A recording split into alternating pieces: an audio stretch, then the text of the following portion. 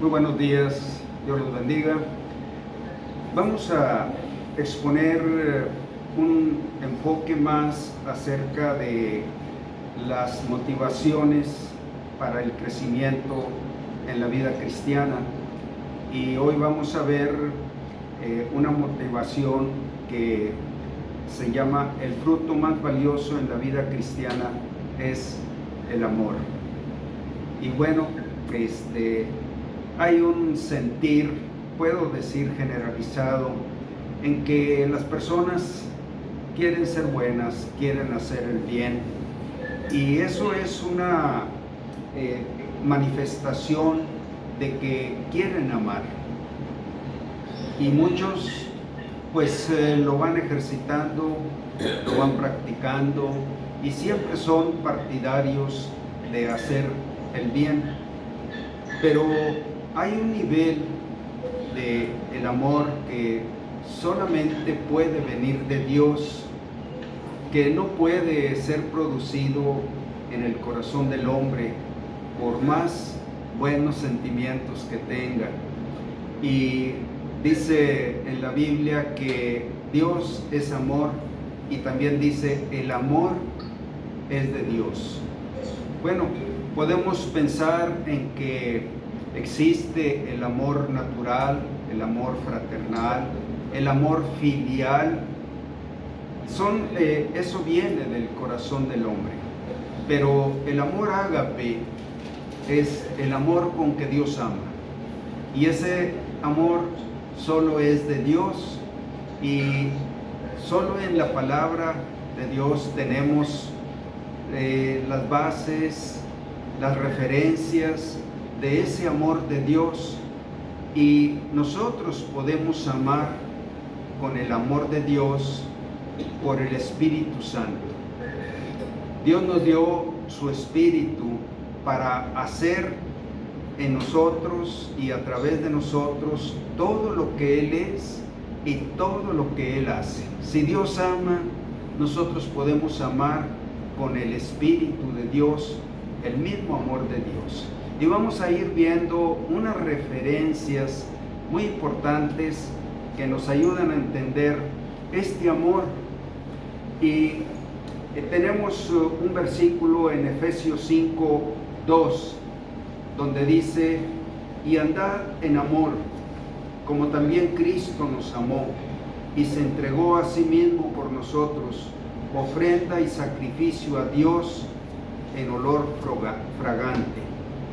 Bueno, dice varias frases que debemos andar en amor, en el amor como Cristo nos amó y se entregó a sí mismo por nosotros, y que debemos ser una ofrenda y sacrificio a Dios en olor fragante. Y vamos a ver algunas notas, descripciones acerca de este versículo. Como hijos amados, imitando a Dios, la naturaleza de nuestra conducta debe ser el amor, debe estar presente como hijos de Dios. La Biblia dice que cuando nosotros recibimos a Cristo, nos dio la potestad de ser hechos hijos de Dios. Y como hijos amados debemos tomar de esta virtud tan importante que es el amor.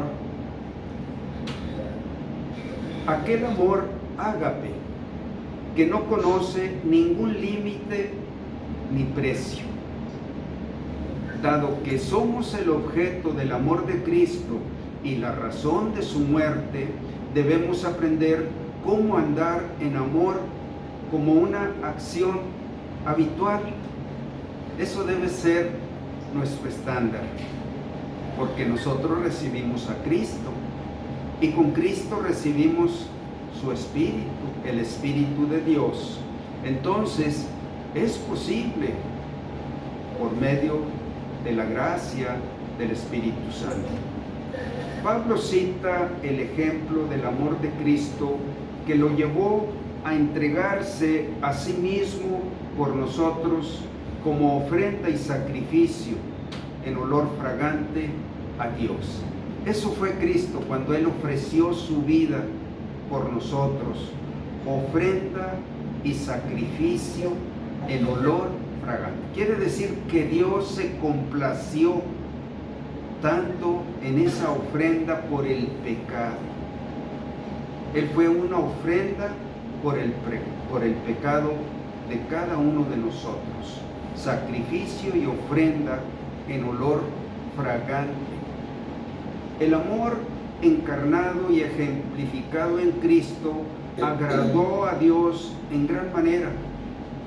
La muerte vicaria y expiatoria de Cristo fue una ofrenda voluntaria por nosotros y un sacrificio agradable a Dios. Las palabras olor fragante se encuentran en el libro de Levítico, precisamente cuando Dios les dio instrucciones de las ofrendas que debían presentar por el pecado. Y vamos a leer, voy a pedir a Américo, por favor, Levítico 4:31. Aquí vemos reflejado lo que fue ese olor fragante.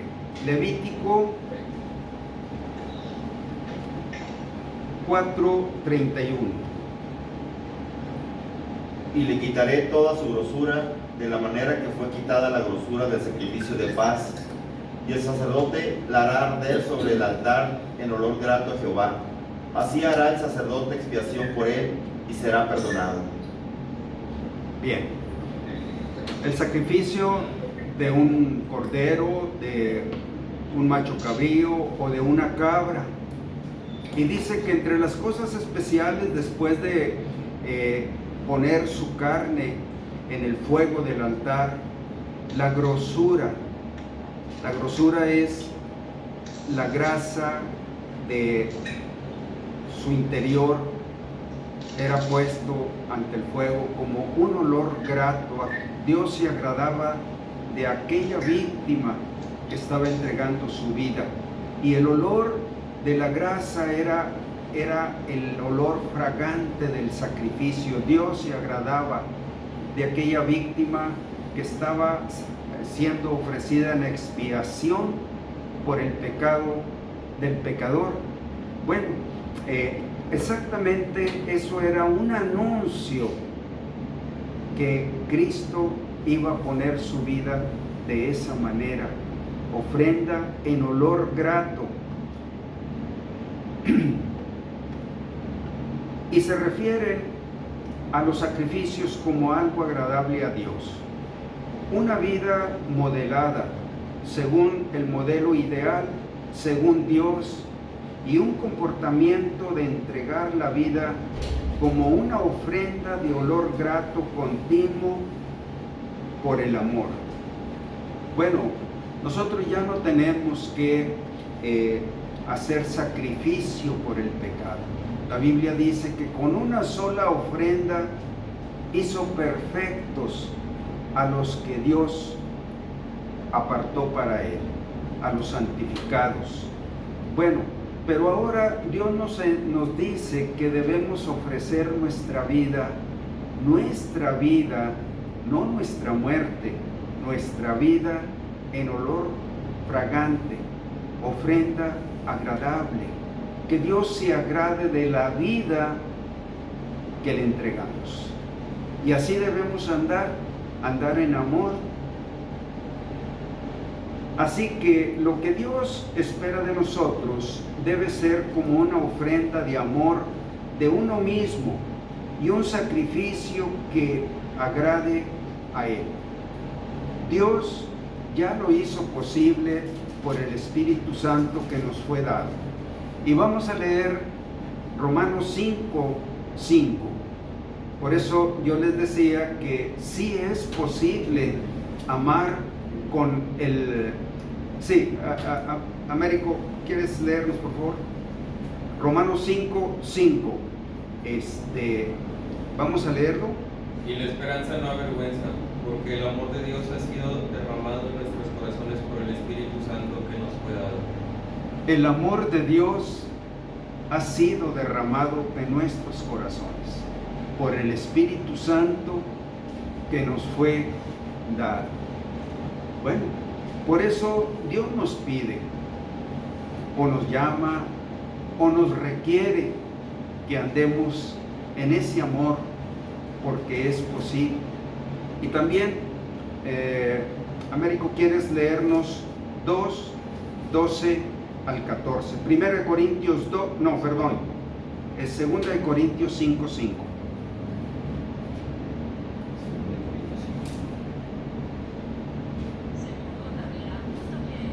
Mas el que nos hizo para esto mismo es Dios, quien nos ha dado las arras del Espíritu.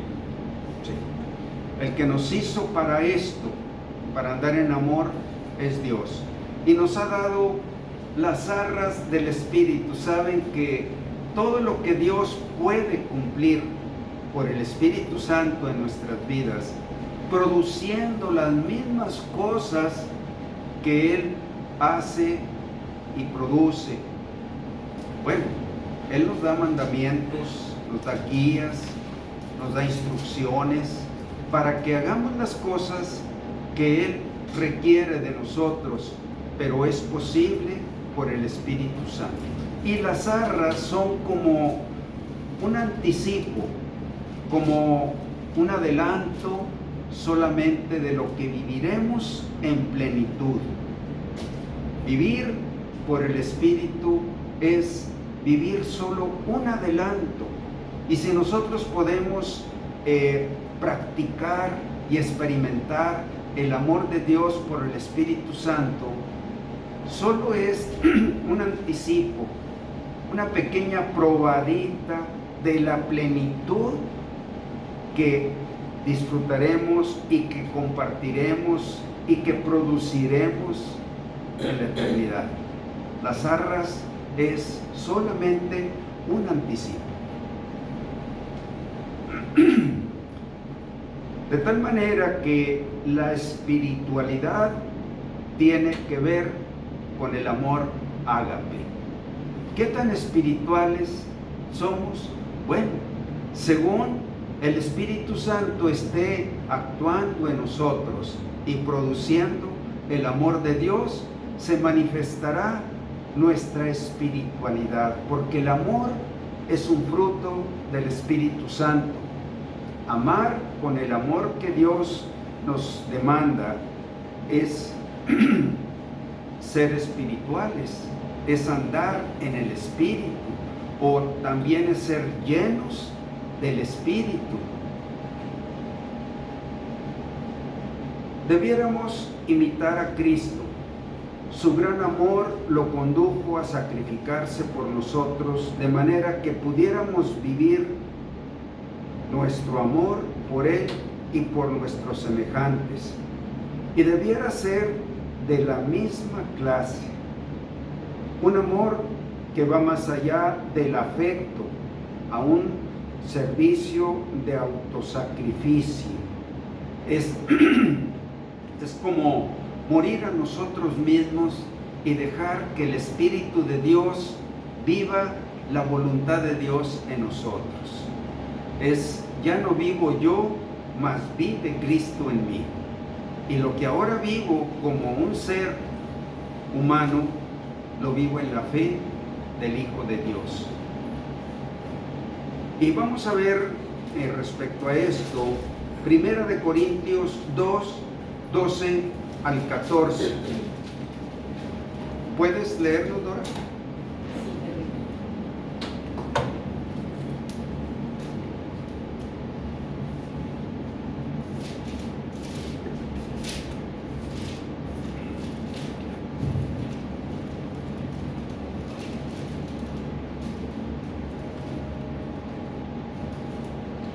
Primera de Corintios 2, 12 al 14. Y nosotros no hemos recibido el Espíritu del mundo, sino el Espíritu A ver, que proviene permítame de Dios. un poquito en voz, más alto para que se oiga aquí, por favor. Y nosotros no hemos recibido el Espíritu del mundo, sino el Espíritu que proviene de Dios, para que sepamos lo que Dios nos ha concedido. lo cual también hablamos, no con palabras enseñadas con sabiduría humana, sino con las que enseña el Espíritu, acomodando lo espiritual a lo espiritual. Pero el hombre natural no percibe las cosas que son del Espíritu de Dios, porque para él son locura, y no las puede entender porque se ha de discernir espiritualmente. El hombre natural no percibe las cosas que son del Espíritu de Dios. Cuando Dios le demanda al hombre que ame como Él ama, realmente el hombre se rebela o se opone, porque no está en él la capacidad de amar con el amor que Dios ama. Y dice aquí, nosotros no hemos recibido el espíritu del mundo, sino el espíritu que proviene de Dios, para que sepamos lo que Dios nos ha concedido. Lo cual también hablamos, no con palabras enseñadas por sabiduría humana, eso estamos hablando. Estamos hablando con las que enseña el Espíritu, acomodando lo espiritual a lo espiritual. El amor ágape es un amor espiritual, es un amor que proviene de Dios y que Dios es el que lo produce. El hombre natural no puede percibir estos estándares.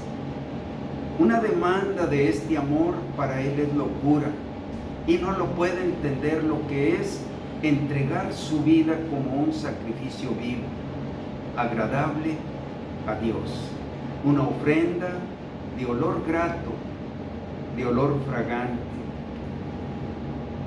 De eso es de lo que estamos hablando, y noten ustedes que esto no es enseñado con palabras de sabiduría humana, sino con las que vienen del Espíritu.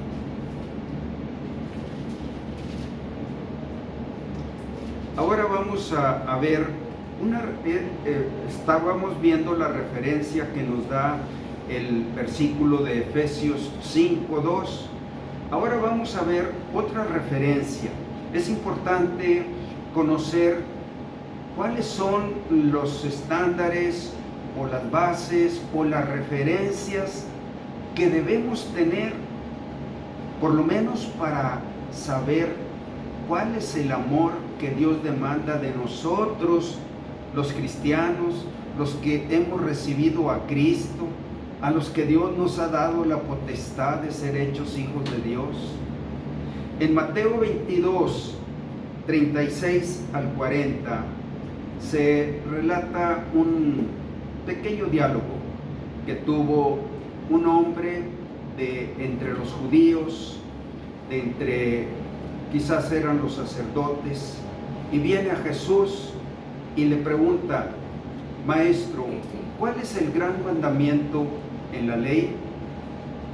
Jesús le dijo: amarás al Señor tu Dios con todo tu corazón y con toda tu alma y con toda tu mente.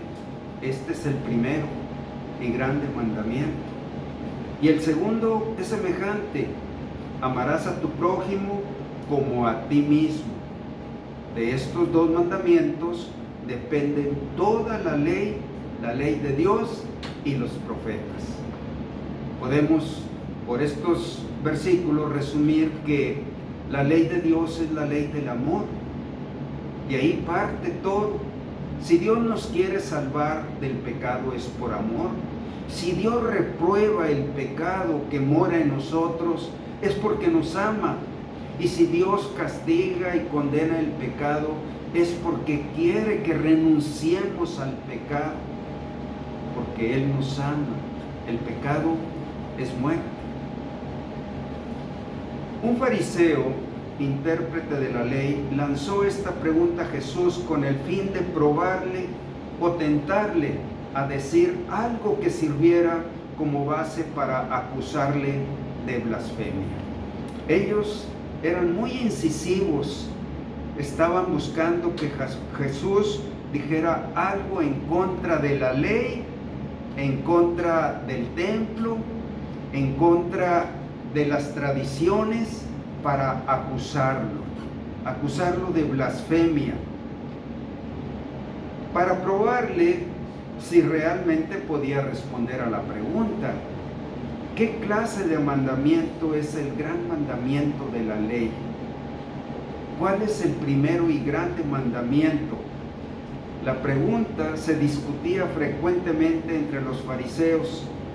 Los fariseos eran los que administraban las escrituras y los que propagaban la ley ante el pueblo. Ellos eran los encargados, los sacerdotes, y se les reconocía como una línea que se llamaban los fariseos. Dice, para probarle si realmente podía responder a la pregunta. La pregunta se discutía frecuentemente entre los fariseos, especialmente en relación a los 10 mandamientos. Muchos afirmaban que el tercer mandamiento era el más grande e importante: no tomarás el nombre de Jehová tu Dios en vano, porque no tomará por inocente Dios aquel que tome su nombre en vano.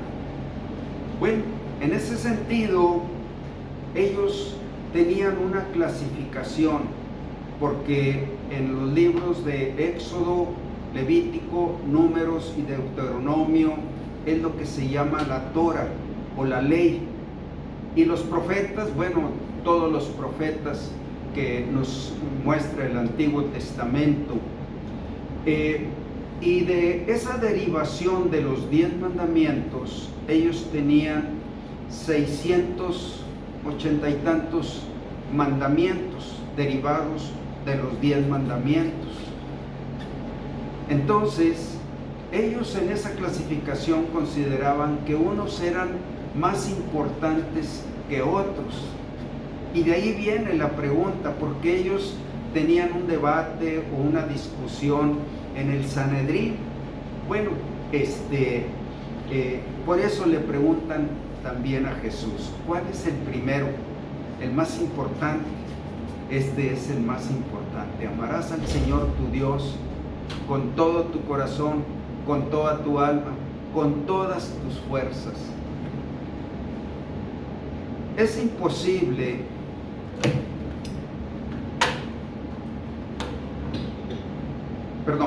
es posible también que el intérprete de la ley tenía en mente, son 613 reglas derivadas de la ley que se habían elaborado, 365 prohibiciones que la ley establecía y 248 mandamientos positivos que la ley mandaba que se hicieran. Jesús ya había establecido la importancia suprema de la ley moral sobre la ley ceremonial. Bueno, ahí se incluían muchos mandamientos para la ley de las ceremonias y los rituales también.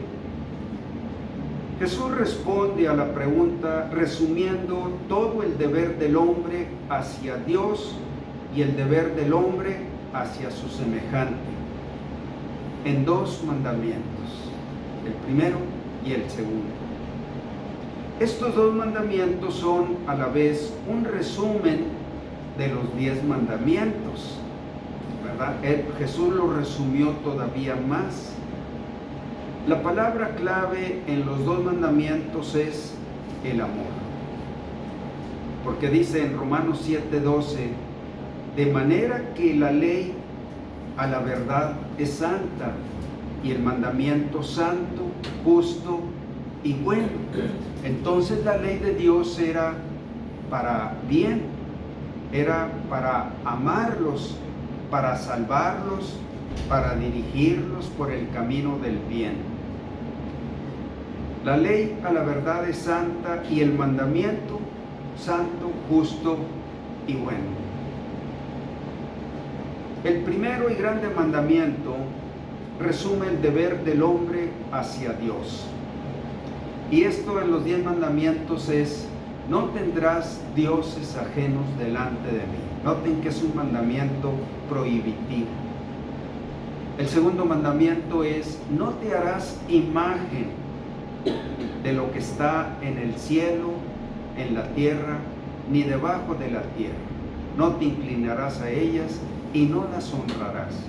El tercer mandamiento es: no tomarás el nombre de Jehová tu Dios en vano, porque no dará por inocente a aquel que tome su nombre en vano. El cuarto mandamiento les dice: acuérdate que hay un día de reposo, el sábado. Acuérdate del día de reposo para santificarlo, es decir, para que me lo entregues. Y esos 4 mandamientos el Señor los resumió en uno, porque esos 4 mandamientos es: amarás al Señor tu Dios con todo tu corazón, con toda tu alma, con toda tu mente y con todas tus fuerzas. Y a partir del 5º al 10º son 6 mandamientos. Empieza solo un mandamiento positivo. El 5º mandamiento es: honrarás a tu padre y a tu madre para que tus días se alarguen sobre la tierra. El 6º mandamiento fue, desde el 6º al 7º fueron mandamientos prohibitivos: no matarás, no adulterarás, no hurtarás, no dirás falso testimonio contra tu prójimo, no codiciarás nada de tu prójimo. Bueno, en ese sentido, el Señor resumió esos 10 mandamientos en 2. Y Él dijo: amarás a tu prójimo como a ti mismo, no haciendo esto o no haciéndole esto. ¿Quieres amar a tu prójimo? Mira, conociendo la naturaleza, el corazón del hombre, si amas a tu prójimo, no hagas esto. Aquí Jesús cita Deuteronomio 6:5, es lo que dice. Les dijo en el Antiguo Testamento Dios a su pueblo: amarás al Señor tu Dios con todo tu corazón, con toda tu alma, con toda tu mente. La ley que dice que el hombre debe amar a Dios con todas las facultades de su ser, corazón, alma y fuerzas. El segundo mandamiento se deriva del primero y es semejante en importancia. Otra vez Jesús cita un libro de la ley, Levítico 19:18. Este mandamiento subraya el deber social del hombre y resume los últimos 6 de los 10 mandamientos.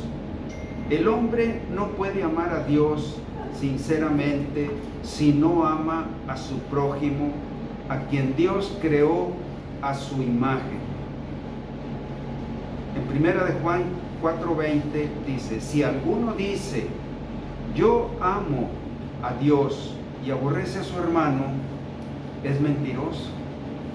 Pues el que no ama a su hermano a quien ha visto, ¿cómo puede amar a Dios a quien no ha visto? Entonces, si amamos a nuestros semejantes y no amamos a Dios, pues mentimos.